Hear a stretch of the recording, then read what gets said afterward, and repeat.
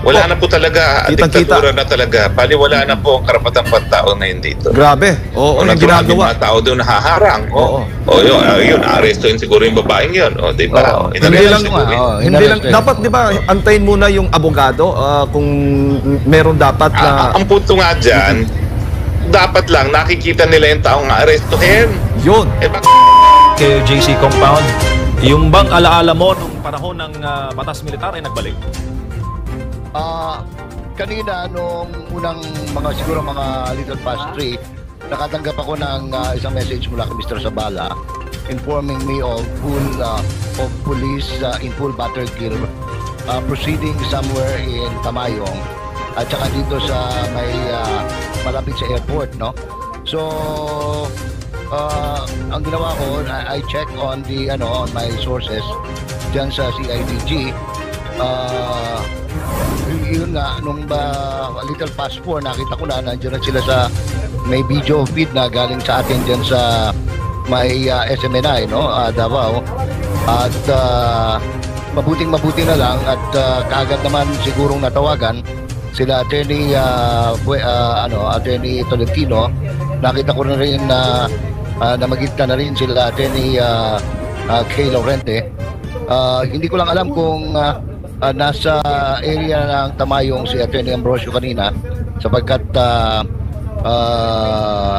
tama yung sinasabi ni Attorney Tolentino kanina at saka ni nung ating executive officer dyan sa KOJC na ang balak siguro nila ay pumasok ng pwersahan kasi alam ko pag CIDG matagal na tayo nakakasama nila, wala namang hindi, they just come with the search warrant at saka yung warrant of arrest, no? Usually ang dala lang yan ay sidearm.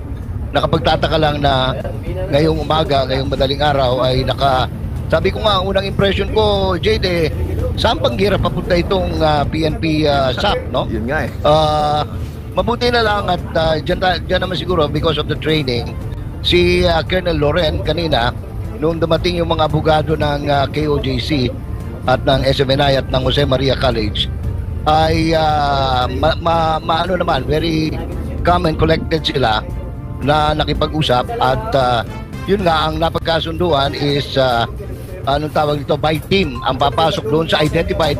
Kung nakikita mo kanina sa coverage sa Jade and MJ, may pieces of documents na binabasa si Attorney Tolentino. Yung kasi doon nakapaloob yung lahat ng lugar na pupuntahan nila. So the arrangement was made, I understand, na gawin ito by section, by team. At doon naman isang napansin ko naman na magandang ginawa ng mga miyembro ng KJC is to document every move, every behavior at kinuna na isa-isa pati pagbumukha ng mga pulis just in case, so kung tama yung pagkakarinig ko na 16 per team yung dineploy nila, tinitingnan ko rin yung deployment ng KJC ng documentation na parang 1:1 or 1:2, no? Bawat dalawang missionary worker ng KJC ay dinodocument bawat kilos ng bawat isang pulis. So para alam mo, hindi mo masiguro baka mamaya may magtanim dyan, may magtaklot. Hindi naman natin pinag-iisipan na masama yung mga pulis natin, no? Bagamat hindi mo maalis din. Alam mo ba, Jade and MJ, simula nang i-post natin ito, we have already been receiving somewhere within the vicinity of 1,000 reactions from all over the world sa Facebook, no? Yes, sir. At mamaya kung may time tayo, babasahin natin yung mga reaction ng ating mga kababayan. Pero sabi ko nga, ang kapuna-puna, no? Kasi tinatanong mo kanina, ano bang naalala ko? Mabuti ang pagkakaiba lang, noong lightning yung mga raid nung martial law nung panahon ni Ferdinand Marcos Sr. Naalala ko, nagpo-programa ako nun sa radyo, bigla na lang may bumackstroke ng garan sa likod ko. Ngayon naman mas mukhang disiplinado at trained ang mga officers, no? Ang binabantayan ko rito kasi sa galaw nila yung mga ordinaryong rank and file. Kasi yung mga officer na alam natin trained dyan for 4 years academy, no? So possible nga na pero yun nga, ang hindi ko lang maintindihan, yung mga salitang bakit pa nila ginagamit yung mga salitang wala, napag-utusan lang ako kami ng nakakataas. I just don't understand yung mga statement na ganun eh. Simple lang, sana pagdating nila ron, excuse me ma'am, sir, kami po ay napag-utusan ng korte, ito po yung search warrant, ito po yung anong tawag nito, warrant of arrest. Paano ho ba, i-coordinate namin, sino ba abogado ninyo, sino ba mga officer dito. Dapat ganun eh, hindi yung mga pag tinanong mo, ba't kayo na, anong ginagawa nyo rito? Ba't kanya kayo kagami? Sasabihin, hindi, napag-utusan lang ho kami. Asama kasi pakinggan pagka gano'n. Pag sinabing napag-utusan, ang immediate impression ng ordinaryong tao is, Marshall, Luna yata to. No? Ay, hindi maganda eh. Siguro, kasama yan sa dapat na retraining kung magkakaroon pa man, no? Pero talagang ito yung, you can only summarize this anong tawag ito, wanton display of brute force, no? By the PNP na naka-full battergill ka, magsiserve ka ng warrant of arrest na or search warrant sa isang lugar na ang maswerte lang nga na wala ang mga estudyante ngayon, tapos na yung school year kasi grabe ang trauma nito sa mga mag-aaral, no? Kung nagkataon na school days ito. Siguro dapat tingnan yan kung halimbawa totoo man yung sinasabi lang maayos ang gobyerno na alam naman natin, makita mo yan, naglalakad papunta yan sa anong tawag nito, sa kanilang sinesearch.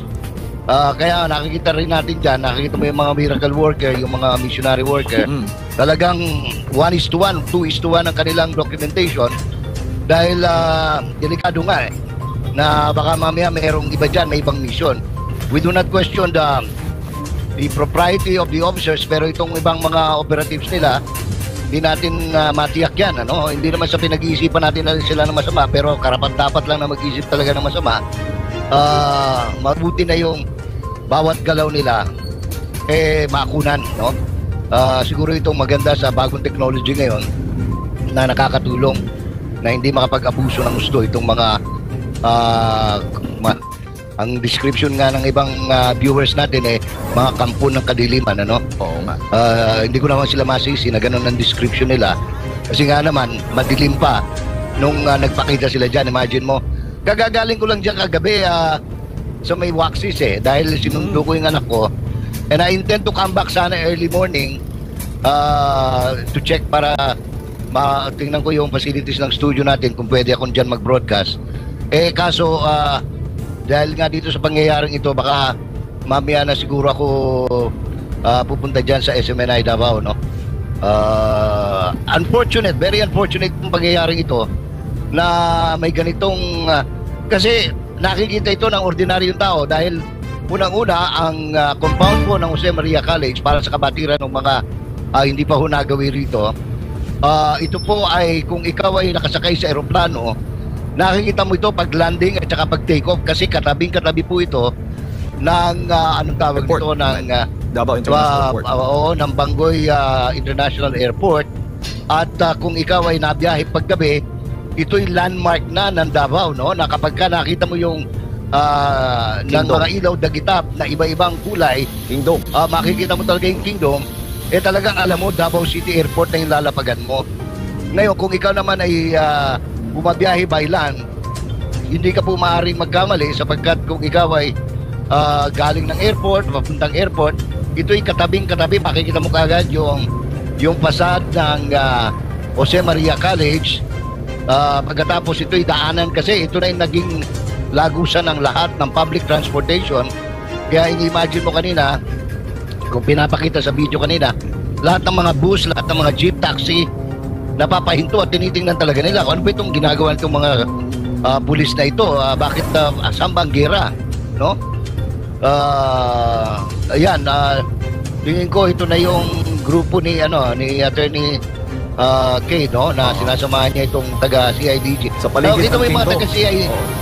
Kita mo yung mga taga CIDG, wala kang wala silang magandang nito ang training nitong mga officers na ito wala kang makitang yabang, simpleng t-shirt ng uniforme, pero yung pinadalang SAP, no, na supposed to be ito yung mga komando natin na panlaban sa mga tulisan, sa mga rebelde, sa mga secessionists, Hindi ko malaman kung bakit dito sa maunlad na syudad ng Davao sila pinadala ng Campo Crame, no? Pag tinanong mo nga sila, ba't kayo nandito? Utos lang sa taas. Yun ang palagi narinig natin, kahit na sorry. Ayan. At Sir Jay, alam po ninyo, kung namomonitor din po ninyo, abay, bukod dito sa mga PNP staff na nandiyan mismo sa compound ng KOJC. Yes, sir. May namomonitor din tayo mga PNP choppers na nagpaikot-ikot dyan sa mismong compound. Correct. Sa labas, marami pang pulis. Sabi ko nga magdadakip ka ng isang tao, dadali mo 2 batalyon. Parang grabe itong ostentatious display of brute force, no? Nito, so hindi mo alam panindak talaga. Ako, I would venture to say ito'y uri ng paninindak, uri ng panliligalig at pagmamalabis, no? Yan ang description ko riyan. Kasi anong tawag nito? Sa ilang beses na nagpunta sila dyan, maayos naman ang coordination nila, tinanggap naman sila ng maayos, sinamahan sila. Remember mo when they serve initially the warrant of arrest issued by Davao City RTC, di ba? At saka yung sa Senate na warrant na maayos naman. Ito lang huli, ito nga talagang parang they're sending a message to Davaoenos. Itong galing ng Manila, kasi galing ng Maynila galing ng Imperial Manila itong 2 batalyon na ito. Kung ano man yung mensahe nila, alam mo, marami ng gera pinagdaanan ng mga taga Davao. Hindi nila mas nakakasindak yung araw-araw pinapatay ka nung panahon ng mga NPA nung ginawa laboratorio ang Davao City. At naging matagumpay lang ang gobyerno kasi nag-alsamasa ang tao. Ewan ko kung yung bang kanilang gusto mangyari na sa pagpapakita na ng puwersang ito ay nagkahamon sila para sa mga dati ng mga, kumbaga sa Tagalog, huwag nyo na kaming takutin. Matagal na kaming takot pero huwag nyo naman kaming abusuhin sapagkat marunong din kang mag-alsamasa. Sir Jay? Yes. Opo. Sir, kung ating pong pagmamasdan sa parlance po ng mga nagbabalita, ang nangyayari po ngayon ay overkill. Ay, sobra pa sa overkill. May intention talaga ito. From a sociological and political standpoint, this is sending a strong message not only to Apollo Kibuloy, not only to the kingdom of Jesus Christ, not only to Mr. Duterte, who is the appointed administrator of the properties of KOJC. It is sending a message to the people of Davao na anong tawag nito, eto na yung asahan ninyo dahil sa kinakalaban nyo kami. Wala naman actually kumakalaban sa kanila, kinakalaban nila sarili nila by doing bad things, no? Kasi kapareho niyan, kundi ba bad things, paasahin mo yung tao, magbibigay ka ng 10,000 ayuda, may bigas, tapos wala na yung bigas, gitigbas pa ang 10,000, nahimol lang 1,500, no? Ito yung mga puro panluloko ang ginagawa nila. Hindi lang panluloko, tapos ngayon magpapakita pa sila ng panliligalig, panlulupig, paniniil, pangsisikil, pananakot. Kasi literally pananakot ito Hindi ito, sabi mo, alam naman natin na ang pulis talaga may armas. Pero bakit mo i-display in the middle of the city? Right smack at the very window for tourists to see. Diba? Airport yan Diyan dumadaan yung mga turista, nakikita. Tapos sasabihin na, nag-iimbita sila ng turist. Paano magaganyak yung mga turista? Yung mga dayuhan na pumunta sa lugar, kung nakikita nila naka-full battle gear yung mga pulis. In other words, ang impression yan sa turist, hindi safe yung lugar. Unless that is the intention of the people in Malacanang na sirain ang napakagandang image ng Davao City para na sa ganon, masira ito at mawala yung legacy na build up by the people, hindi lang kayo na Duterte. Opo. Hindi na ito Duterte ang away dito Ang sinusupil nila dito, lahat ng Davaoenyo. Opo, Sir Jay. Who opted to live in peace Opo. and prosperity. Yes, MJ. Sir, maganda yung tinuran po ninyo dahil lumalabas talaga dito na hindi ito away ng mga Marcos at ng mga Duterte. Kasi alam naman po natin na malapit na kaibigan ni former President Duterte, si Pastor Apollo C. Kibuloy. Kundi ang issue dito, the Filipino people versus the abuses of the government. Correct. Last week, pumutok yung balita na ipapa-aresto di umano. Hindi naman ipapa-aresto, isususpende di umano si Davao City Mayor Baste Duterte. At Monday na Monday, alam naman natin, Sir Jay, sa balita, pag Monday, walang ganong ganap, lalo pat Monday na madaling araw. Ito, pambungad na balita agad nila. Hindi natin alam, baka ngayong araw din iserve yung suspension order kay Mayor Baste. Talagang... I will not be surprised, no? Kasi parang this could serve not only as parang ito pwede rin anong tawag niyan, diversionary tactic ito, no? Para yung mga alam ko kahapon, kumpleto na ang mga supporters na kapaligid na sa City Hall at talagang anong tawag ito, ayan, dumating na si Attorney Turion. Yes. Diyan sa may anong tawag nito, dito sa may hangar yan, Sir Jay. Oo, the KLJC compound. Oo. Ayan, at kausap niya yung team leader ng CIDG. Kilala ko lahat ng mga taga CIDG. Kasi matagal ko silang ka-coordinate sa campaign noon diyan sa anti-drugs dito sa Davao area. Kaya ayan, si Attorney Kay Laurente at si Attorney Turion ginaguide yung ganyan ang ito makikita ng taong bayan, no, para lang malaman nila how anong tawag nito, how KJC, no, Kingdom of Jesus Christ is anong tawag nito, sumusunod sa mga patakaran ng gobyerno. Hindi sila anti-government. Oo. Nakakita mo nga, yan mismo, nasa loob na. Oo, nasa loob na. Yan yung mga kinaiingitan yata, gusto yata itong mapasa kamay nung ilang tambaluslos dyan sa Manila. Sir Jay, mga members dyan. Sir Jay, Partner Jay, ating munang papasukin ang abogado po ng Jose Maria College Foundation Incorporated. Kasama po itong premises ng paaralan ng JMC. Kanina sa raid, si Attorney Adam Hambangan nasa ating pong linya. Attorney, maayong buntag, si Jade, si MJ, at saka si Sir Jay Sonsa. Hello po, good morning sa lahat. Opo, Attorney, ano po ang nangyari dyan sa compound at kasama pala sa mga sinearch ang premises ng JMCFI? Yes po, actually at around 4 o'clock I received a call na nandito na nga yung buses ng police at the IDG, and then we immediately went here, and then they successfully implemented the warrant of arrest issued by the Pasig City Court, RTC Branch 159, kay Judge Montesa. They are implementing the warrant of arrest against Pastor Kibuloy, Brother Roy, and then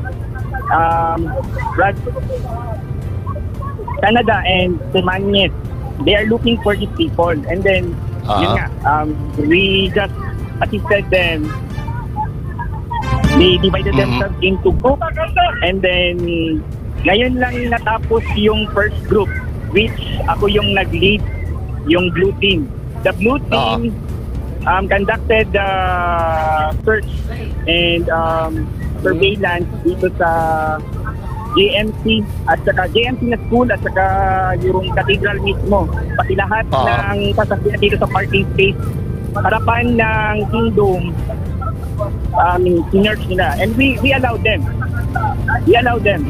We welcome every reasonable search that they will do.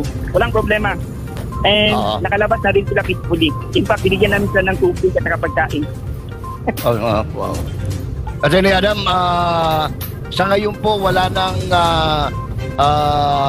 police officer within the Jose Maria College compound and building. As far as the school is concerned, wala na. As far as the school is concerned, wala na. Pero meron pa sa loob ng compound kasi nakadivide sila into 14. Merong 12 to 16 na personnel from them na pumasok. So, ako yung isa sa nag-lead sa school at saka sa cathedral.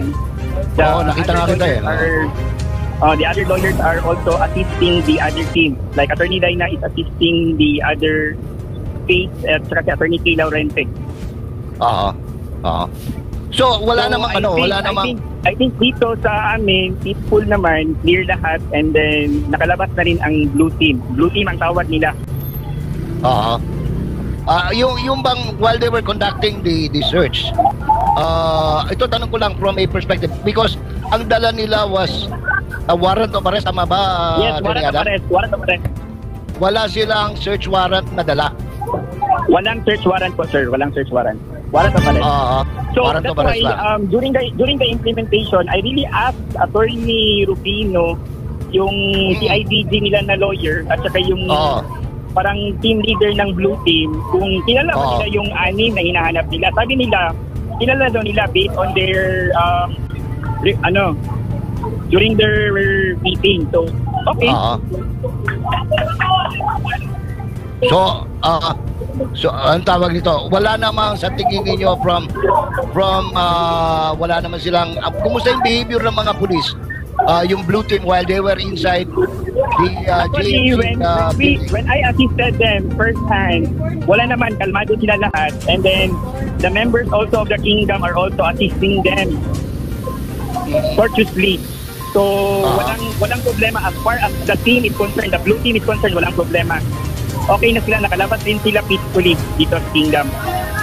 Wala naman po silang dinaklot, wala naman silang wala kayo nakitang any misconduct by police officer? Actually, ang ginawa lang nila is that whenever they wanted to check the room, especially kung may rooms na gusto i-open, we assisted them. In-open namin yung mga room na gusto nilang ipa-open, okay, as long as reasonable lahat. Walang kalkala na mangyari. So, okay lang. I don't know. Siguro after this coverage, we will have another discussion because pangit kasi pagka ngayon natin tinanong baka ma-open sila. Because yes. They were conducting search although they were only serving the warrant. Tama bang basa ko dito, Attorney Adam? Yes po. We are bound by the parameters of the warrant of arrest. So, klaro niya sa kanila na tao yung hahanapin, hindi gamit or anything. So, yun, klaro sa kanila. Kaya madali na implement yung warrant of arrest kasi tao naman yung hinahanap nila, hindi nila mahanap yung tao. Alright. Thank you very much, Attorney Adam. Alam ko na kanina pa ito eh. Ikaw ang unang-unang nakita ko kanina, Adam, dyan sa area, no? Mabuti malamig yung ulo nila, Colonel Loren. Yes, in fairness sa kanila, malamig yung ulo ng team namin. Yung team na nag-handle, nag-lead sa kanila sa amin, walang problema. I do not know with the other teams kasi they strategically divide themselves into different teams. So that is why when we learned na nag-divide sila into teams, nag-divide rin kami into teams. Pati yung mga lawyers nag-divide rin. So as far as I am concerned, as far as the Blue Team is concerned, walang problema. Nakaalis na rin sila sa compound. Okay, MJ. Attorney at Sir Jay, attorney, si Jade po ito. Sa ngayon ba ay kumusta naman yung magiging operasyon ng JMCFI? Wala naman pong magiging epekto nito sa pasok naman ng mga estudyante? Wala. Actually, sir, yun rin yung concern namin kanina. Ni-request namin na as much as possible, we will do it swiftly because we learned na may graduation right today. Correct. So, that's why nauna talaga yung school.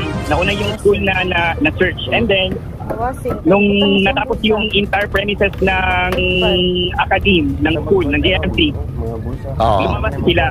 But before sila lumabas, they requested to open the cathedral. And it was their first time to check what is inside the cathedral. Na yan pala yung nasa loob talaga ng church. Opo, attorney, huling tanong na lang, attorney, sa ating pong mga kababayan. Marami kasi nagtatanong na yung school premises na sinama po sa raid, kung may mga estudyante dyan, check number 1, maapektuhan yung mga bata na hindi nakakita ng mga tataas na kalibre ng baril sa tanang buhay nila. Parang trauma ang dulot yan, attorney. We are thinking on that. We are trying to I don't know if meron bang debriefing na mangyari dito, kung may mga students dito or what. But right now, we are just focused on the operation, kung ano yung immediate talaga. But we are considering that. Actually, Attorney Daina is already here. Parang tapos na rin sila. Tsaka, attorney, sa psychological ng mga bata, play ng mga bata, pag nalaman nila yung school namin ni Raid, di ba? Anong iisipin ng mga estudyante?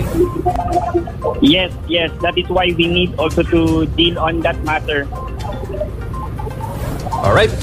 Maraming salamat po, Attorney Adam Hambangan, ang legal counsel po ng Jose Maria College Foundation Incorporated. Okay lang ba yun? Basta-basta i-raid ang simbahan? Hindi naman tayo mga Amerikano mga Pilipino ho tayo. Ang ginagawa po nila dito, kahalin tulad po ng ginawa nila sa mga compound ng KJC sa US. Which is, ang diferensya lang siguro. Opo, ang Pangulong Bongbong Marcos, kilala po natin na malapit ngayon sa mga Amerikano.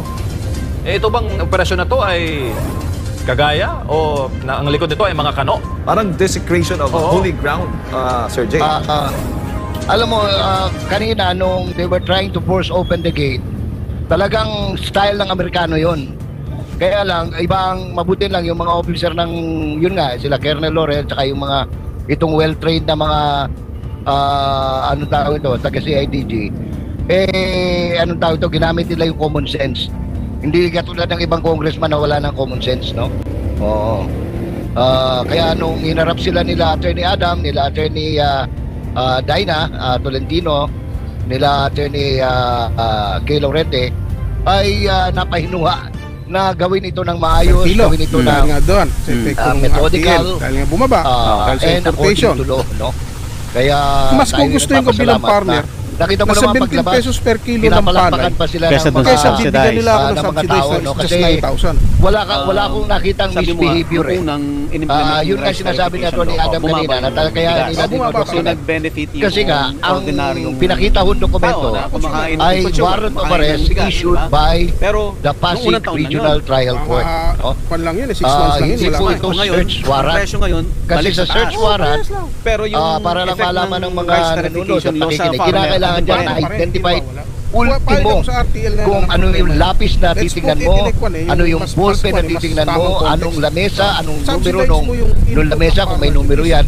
Ganun ho ang search warrant. It has to be properly identified, no? Or pero hindi yung nakikita natin sa mga pelikula sa TV show na pag search warrant, raransakin, sisirain yung pinto mo pagkatapos kung anong bugin ng kamay-kamay. Hindi po ganun. Sa batas po, sasabihin mo ano ba yung isa-search mo, ilang panty ba yan, ilang karsunsilyo. Kailangan naka-identify yan, anong tatak ng kursunsilyo.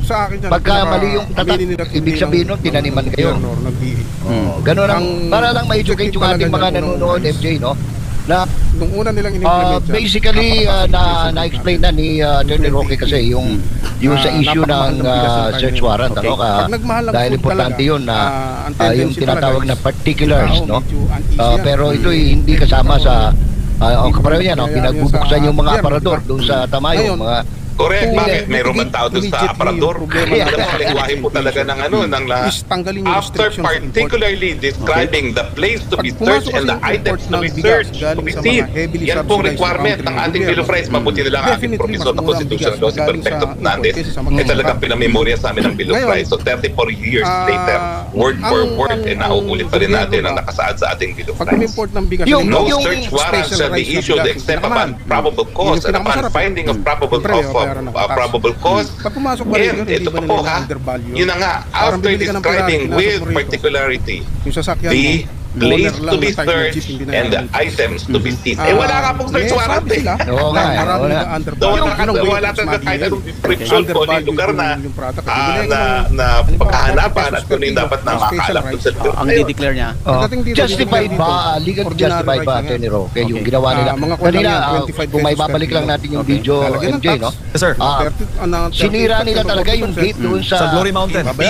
Glory Mountain po yun. Hindi po talaga justified yan. Dahil Ang special mandato de arresto, pag nakita mo yung tao, Kasi kamukha nito sa arestuhin mo. LDC, madalang tao Hindi gusto po ng dapat ordinaryo. sinisira yan dahil kung may forced entry yan, Ngayon, dapat meron silang si- search warrant. May paglilinaw lang po. Meron silang ibang hinahanap, hindi lang tao. Sir Jay at attorney, may paglilinaw si attorney Israelito Torion sa post nga sa nangyari dyan sa Glory Mountain kung saan nga ay dinakip at pinusasan yung ilan nga. Sabi niya dito, sa paliwanag po ni Kaya may attorney nasugatan Torion. pa eh. May babae na sugatan eh. Yes sir, sabi pa ni attorney Torion dito sa kanyang paliwanag, may dinakip sa Glory Mountain kasi may sundang. Ano ba yung Tagalog ng sundang? Bolo. Oo. Normally, divide by Siyempre, bukid yun eh. At papunta kayo dyan na wala naman pala kayo dala sa search warrant. 4 a.m. pa, fully armed with full battle gear. At ang dami pa Mali nito. ang nakikita Yan natin. ang tatapat mo. Oo, Oo, maling ba yan na... Oo, wala pong ganyan na kapangyarihan sila kapag warrant of arrest lang ang kanilang isi-search. Yan o. Oo. Hindi po pwede yung ginawa nila. Oh. Tama naman. Wala na po talaga, ang diktatura na talaga. Paniwala na po ang karapatan ng tao na hindi. Grabe. Oo, Ano ang po ginagawa. mga tao doon nakaharang. O yun, aresto yun siguro yung babae yun. O, di ba? Hindi lang, hindi lang, dapat di ba, antayin muna yung abogado kung meron dapat. Ang punto nga dyan, Mahirap mong dapat lang nakikita nila yung taong arestuhin. Yun. Eh bakit ganyan?